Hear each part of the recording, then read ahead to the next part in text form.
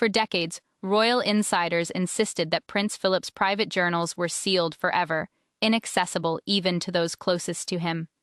They were believed to be untouchable, but that belief shattered when a royal historian uncovered a forgotten entry buried deep within the archives. One sentence eclipsed everything else.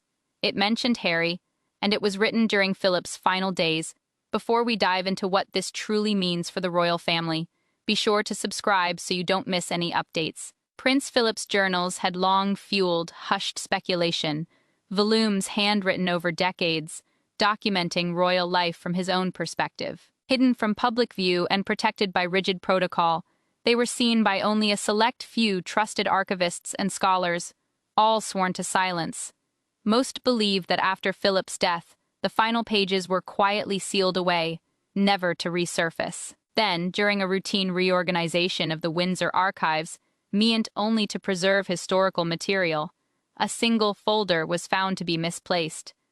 A small oversight, but one that would ignite one of the most emotionally charged royal revelations in recent history. The historian involved, a respected academic, wasn't hunting for controversy.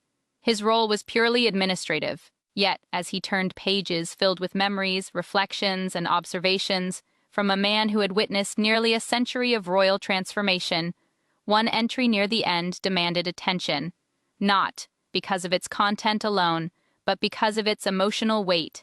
The date told part of the story, just 10 days before Prince Philip passed away. The handwriting wavered slightly, the tone far more vulnerable than usual, and there it was. Harry's name, not a casual mention, not an aside, a clear intentional reference. Up until that point, the journals followed familiar ground, notes on meetings, thoughts on world affairs, even the occasional sharp comment about modern royal customs. But this entry was different. It felt final, reflective, like a reckoning. The historian later admitted he stopped cold. He read the passage again and again, struggling to grasp its significance. This wasn't a minor historical detail. It was deeply personal, never meant for public consumption. Yet its timing, wording, and placement suggested something else entirely, as though Philip wanted it discovered. For days, the historian wrestled with the decision, but the emotional force of those words became impossible to ignore. Keeping them hidden felt wrong, because in that last entry, Prince Philip had done the unthinkable. He had broken royal silence, not through an official statement, but through a raw personal reflection, a confession, a farewell, a final truth aimed directly at the grandson who had unsettled the very foundations of the monarchy. To truly understand the weight of that final message, we must look at the private relationship and the growing rift between grandfather and grandson. Beyond the staged photographs and ceremonial salutes existed a bond far more layered than the public ever realized. Prince Philip and Prince Harry shared more than royal titles. They shared a kind of fire, a fire that could both connect and consume. From the time Harry was old enough to walk beside his grandfather, their relationship stood apart. Philip, known for his stern discipline with others, revealed a gentler side with Harry. Perhaps he saw a familiar glimmer of defiance, the same rebellious streak that once made Philip himself an outsider within royal circles.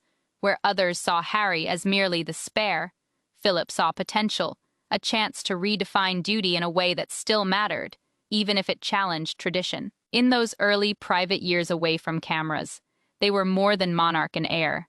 They were allies. Palace whispers spoke of long walks where Philip shared advice absent from official rulebooks and private letters laced with sharp humor and unfiltered honesty. To Harry, Philip wasn't just a symbol of the past. He was proof that survival was possible, even when the world failed to understand you. But as Harry grew older, expectations tightened. The royal framework became more rigid, more suffocating. And while Philip admired Harry's spirit, he was also a man shaped by war, discipline, and lifelong service. He believed in the institution. He had sacrificed for it. So when Harry began openly questioning the path laid before him, that shared fire began to dim. What once felt like camaraderie turned into quiet concern. Philip struggled to understand Harry's need to challenge centuries of tradition so publicly, so forcefully. Insiders recall moments not of explosive arguments, but of prolonged silences, pauses heavy enough to say everything words could not. Still, affection never vanished. Even in disappointment, Philip didn't fully pull away. He remained present. He wrote. He encouraged, but the tone shifted. His messages carried weight now, a reminder that duty demanded sacrifice, a plea not to walk away from family entirely. And Harry, torn between the life he inherited and the future he wanted to create, found himself caught between two worlds, unable to fully belong to either. And Philip, despite all his experience and insight, found it painful to watch his grandson drift further from the institution he had spent his entire life defending. Their bond never shattered, but it did bend, and each strain carried the weight of things neither of them could openly say. Unspoken expectations, quiet guilt, the dull ache of two lives moving in different directions. Still, Philip kept observing, kept holding on to hope. That may be why, even near the end, he wrote Harry's name, because that shared fire, messy, stubborn, and often painful, had never truly been extinguished. Everything shifted when Harry made the choice that would rock the monarchy to its core. When Harry and Meghan stepped back from royal duties, the headlines erupted. But within the palace walls, something far deeper was breaking apart. To Philip, this wasn't a political maneuver. It was personal. As the Duke and Duchess of Sussex released their carefully worded announcement, the world watched in disbelief. Inside Buckingham Palace, however, there was chaos. An institution built on silence and continuity had been caught completely off guard. Aides scrambled, phones rang without pause, and emergency meetings filled the halls of Windsor and Sandringham.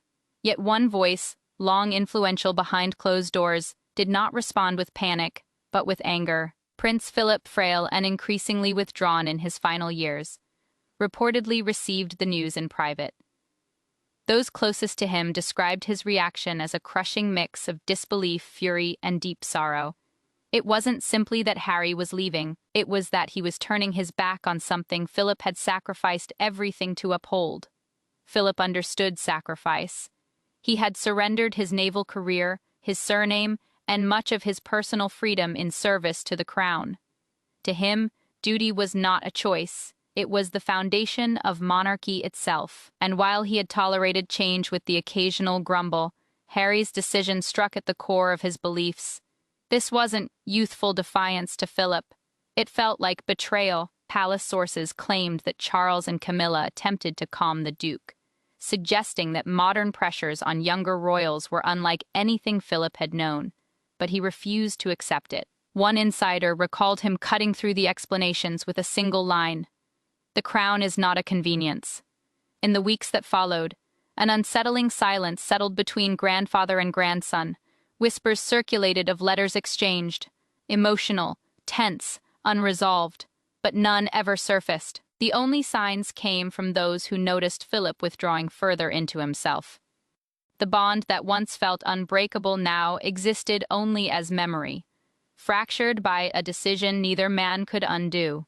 The distance between them widened, not just across oceans, but across their opposing visions of what royalty was meant to be. The Queen, ever deliberate, reportedly tried to leave room for reconciliation. Charles, caught between paternal loyalty and his own complicated legacy, remained carefully neutral.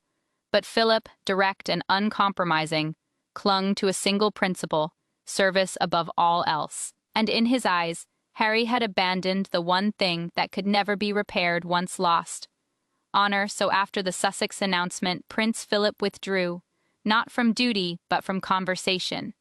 He chose silence both publicly and privately. To many within the palace, it appeared the door had closed for good. Yet beneath that hardened resolve, something unexpected was forming. Something even Philip hadn't anticipated, because just as it seemed he had shut Harry out completely, a moment of unforeseen vulnerability cracked the door open once more. In his final weeks, Prince Philip took one last private call. On the other end of the line was Harry. What was said during that conversation has remained hidden. Until now, the weeks leading up to Philip's death were marked by formality, restraint, and a growing sense of finality. His health was failing, and he was quietly moved between Windsor and hospital care. Inside palace walls, there was an unspoken truth. This time was different, and from California, Harry felt it too. Separated by an ocean and a fractured family, he felt isolated in more ways than one. He had already missed so much: the quiet moments, the unsaid words, the final opportunities. But there was still one chance left: a phone call. Sources close to the Sussexes confirmed that Harry had been trying for days to arrange a private conversation. No media, no palisades, just a single moment where grandfather and grandson could speak freely. Eventually, through the help of a trusted intermediary, someone still loyal to both men, the call was finally made. No formalities, no titles, just Harry and Philip. The call reportedly lasted only 11 minutes, but those minutes altered everything. Palace aides who saw Philip afterward described something unusual: an emotional shift. The man who had appeared distant, even icy, in his final public moments now seemed deeply shaken. He spoke to no one for hours. He didn't eat. Instead, he retreated to his private quarters and sat alone in the chair where he so often read and wrote. No one knew what had been said, but those who encountered him afterward believed the conversation had reached far deeper than anyone anticipated. Later that evening, fragments of the exchange began to surface, not through official channels, but through quiet whispers, overheard remarks, and notes left behind. According to one aide, Philip had extended something close to forgiveness, yet it came with a warning. He acknowledged Harry's pain. He recognized the pressure of a modern world, but he also made one thing clear: there could be no future without consequence. The monarchy remembers, and Harry must as well. Within days, the now infamous journal entry appeared. The handwriting was different, less steady, more uneven. The ink is slightly blurred. The spacing is irregular, but the intention was unmistakable. This was not a diary entry.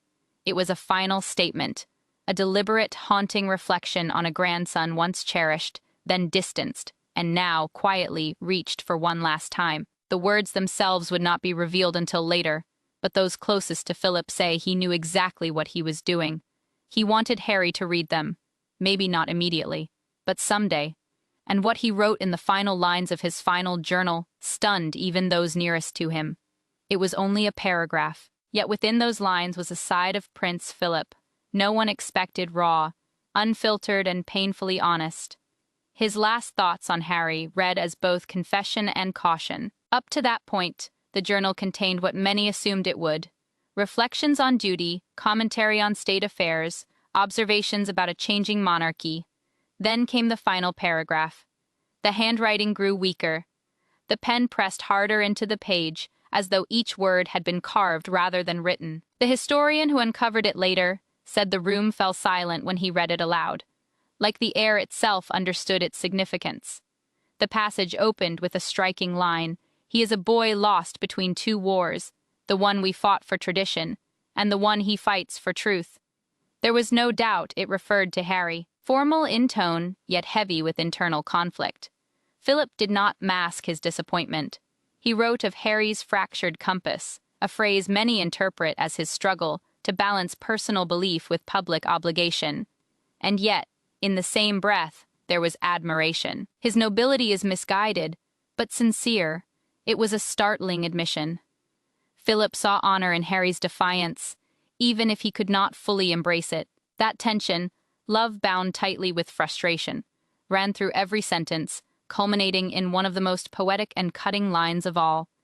"He carries Windsor in his bones, but walks away from its fire." But the entry went beyond the personal. It turned philosophical. In one of its most chilling passages, Philip wrote about the burden of blood and the danger of freedom, a line that has since been dissected by historians and psychologists alike. Some viewed it as a warning that stepping away from the institution meant walking into a storm without shelter. Others saw it as an acknowledgement that the monarchy itself could no longer contain the complexities of modern identity. Either way, Philip was confronting something few royals ever do: truth, not as the crown defines it, but as he had come to understand it through age, loss, and legacy. Then came the final sentence, just 8 words, yet enough to haunt all who read them: "Let him remember. When the storm comes, it always returns to the sea." Cryptic, almost mythic. A final message from a grandfather who had spent his life navigating turbulent waters, offered to a grandson still learning how to chart his own course. Whether it was warning, prophecy, or an invitation home, no one could say. But it lingered, echoing long after the page ended. The revelation didn't stay hidden for long, and when it reached Harry, the impact was immediate. When Harry learned of his grandfather's final words, he didn't speak publicly. No interviews, no statements. But behind the scenes, those close to him described his reaction as both explosive and devastatingly quiet. The journal entry did not reach him through palace channels or formal correspondence. Instead, it came through a trusted intermediary, someone known outside royal machinery, but close enough to understand Harry's right to know before the media turned it into spectacle. The words were delivered discreetly, just days before excerpts were expected to surface publicly. At first, Harry believed it had to be a hoax. Then Harry read the passage out loud, once, then again, and then a third time. By the end, those nearest to him say he was unable to speak. Not for minutes, not for hours. He simply held the page, staring at it as though it were a sacred artifact. In many ways, Meghan was reportedly the first to break the silence. Calm and steady, she urged restraint, warning him not to act on impulse, not to let pain decide his next move. But Harry was unraveling. These weren't just sharp words on paper. They were the final message from the man who had once guided him through a rigid, inherited world. A man who had died, leaving behind both love and judgment, without giving Harry a chance to respond. What followed was deeply private. Sources within their Montecito circle say Harry broke down alone in his study, and again later, while recounting the moment to a trusted friend, the weight was crushing, not only because of what was written, but because it arrived too late for reconciliation, too late for clarity, yet still powerful enough to reopen a wound that had never fully healed. Within his inner circle, debate ignited. Some urged him to respond publicly, to honor Philip while reaffirming his own path. Others warned against it. What would the palace do if he spoke? Would it revive old attacks? Invite new ones? But Harry's struggle had little to do with public reaction. It was about identity.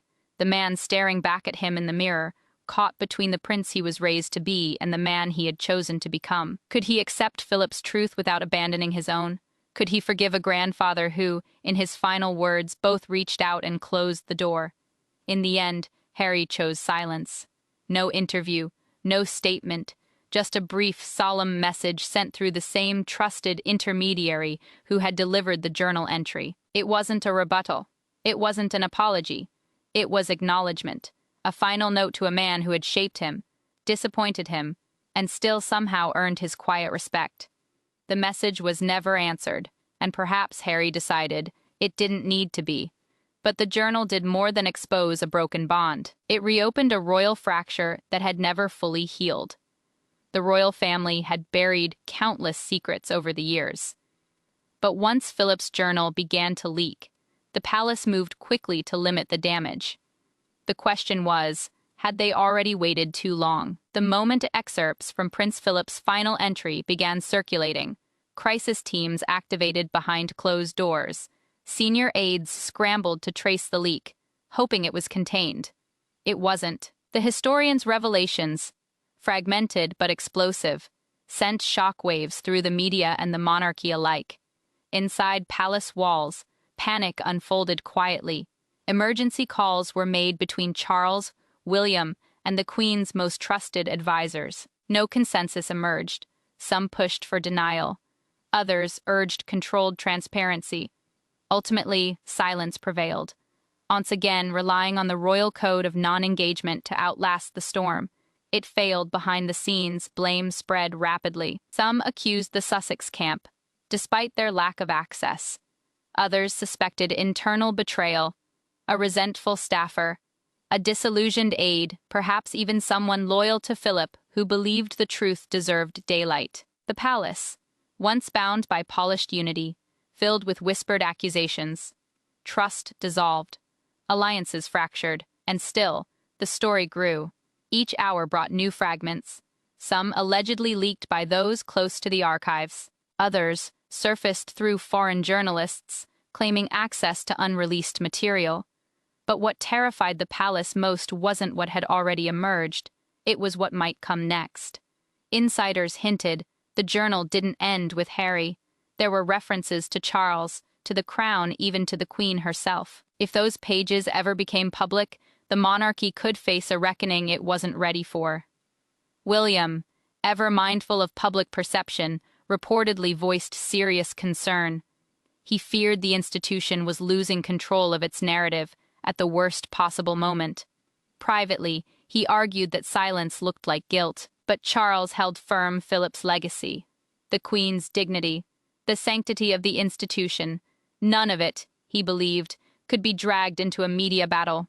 The strategy, if it could be called one, was to wait, to hope the storm would pass. It didn't. Each headline intensified the pressure. Every whisper fed the fire, and through it all, there was no official response. Only closed doors, only the cold calm of a monarchy under siege. Because even in crisis, the crown would not bend, at least not in public. Yet the most unexpected turn came not from inside the palace, but from beyond its walls. They told him to stay silent. But the historian who had read Prince Philip's final words chose another path, and in doing so, risked exile from the royal world forever. His name was never meant to be known for years. He had worked quietly in the background, an academic woven deep into the fabric of the royal archives, trusted for his discretion, valued for his loyalty. Appointed during the Queen's reign, he was among the very few outsiders ever granted access to the monarchy's most intimate records, private letters, personal speeches, unpublished reflections, and yes, Prince Philip's journals. But the moment he came across the final entry, something shifted. What began as academic curiosity turned into profound unease. The words on the page, raw, unresolved, almost prophetic, didn't feel meant to sit in silence. They carried weight, purpose, a warning, a revelation. For weeks, he wrestled with what to do. He returned to the passage again and again, rereading each line beneath the crushing gravity of centuries of tradition pressing against his conscience. The palace had been unequivocal. This material was never meant to be seen by the public, yet the words refused to rest. Worse still, he became convinced they were already being buried. Not by time, but by strategy. Politically muted, carefully erased. Perhaps intentionally forgotten, he confided in a small circle of colleagues. Some urged caution. Others encouraged discreet publication, but none could silence what had become, in his mind, a moral imperative. The world needed to hear what Prince Philip had written about Harry. Because it wasn't merely a family reflection, it was a mirror held up to the monarchy itself. When excerpts finally surfaced through an obscure historical journal, panic erupted. Inside the palace, an internal investigation was launched almost immediately. The historian's name leaked within hours. To some in royal circles, he was branded a traitor, accused of violating the trust of the very institution that had granted him access. But beyond the palace gates, something else happened. People listened. Debate ignited. Was he a villain or a necessary disruptor of royal silence? When interviewed days later, his voice was calm, unwavering. "I didn't betray trust," he said. "I honored truth. The truth Philip left behind. The truth no one else wanted to confront." The backlash was swift and unforgiving. Invitations revoked. Appointments quietly dissolved. Palace press offices issued carefully worded statements distancing themselves from any endorsement. But the historian did not retreat. In a final declaration that sent shockwaves through supporters and critics alike, he ended with a single line, "There is more, and the truth has a will of its own." It sounded like a warning, a promise, a signal that the journal was not the conclusion, but the beginning. What else lay hidden in those pages? What other truths had the firm sealed away behind generations of curated legacy? For the monarchy, it was a dangerous question. For the public, an irresistible mystery. And as the dust begins to settle, one question refuses to fade. Can Harry and the monarchy ever find their way back to one another? Prince Philip's final words about his grandson may have sparked controversy, but they also offered something rare in royal history: honesty. Now, with wounds exposed and legacies at risk, the future hangs in the balance. For generations, silence has been the monarchy's most powerful shield. The Windsors perfected restraint, masking personal pain with composure, burying conflict beneath tradition. But what Philip left behind was not silence. It was personal, unfiltered, a glimpse into the private heart of a man the world knew only as stoic. And at the center of it all stood Harry, the wayward prince who both baffled and challenged the very system Philip had spent a lifetime defending. Philip was more than a consort. He was a guardian of order, a keeper of legacy, a constant presence, if sometimes distant. To Harry, he had been a symbol of strength, discipline, and occasional misunderstanding. Yet in his final entry, Philip gave Harry something neither of them had managed to say aloud: truth, unsoftened, undiplomatic, piercing. In Harry, Philip saw the monarchy's greatest dilemma: how to evolve without losing its soul. For Harry, the revelation hit like a storm. Not because it was cruel, but because it was honest. It wasn't an attack, it was a reckoning. A recognition that he, like his grandfather, stood at a crossroads between duty and self. Only Harry was the one who walked away. Philip's words didn't remain within palace walls. They followed Harry across oceans, forcing him to revisit the pain that led to exile, to question whether freedom had truly come without cost. Outside the palace, opinion fractured. Some saw the words as a final attempt at reconciliation, others as a coded rebuke, a last stand for royal order. But one thing was undeniable: the monarchy had been exposed. No press release could soften it. No staged moment could undo it. And while the palace stayed silent, the public began asking louder questions. The historian, now a hero to some, an outcast to others, hinted the journal was only part of the story. More pages, more entries, more truths buried between the lines. His message was careful but unmistakable. History is not always written by the victors. Sometimes it's whispered by those who refuse to forget, and in that whisper, something stirred. Not just a demand for transparency, but a longing for healing. Whether reconciliation is still possible remains uncertain. But one truth stands firm: the bond between blood and crown has been permanently altered, marked by a journal, a sentence, and a storm that refused to remain buried. As the world watches, one final question lingers above all others: can understanding rise from the ashes of duty and defiance? Stay with us, because what comes next may change everything we thought we knew about the House of Windsor. Thanks for watching. Don't forget to like and subscribe. We'll see you in the next one.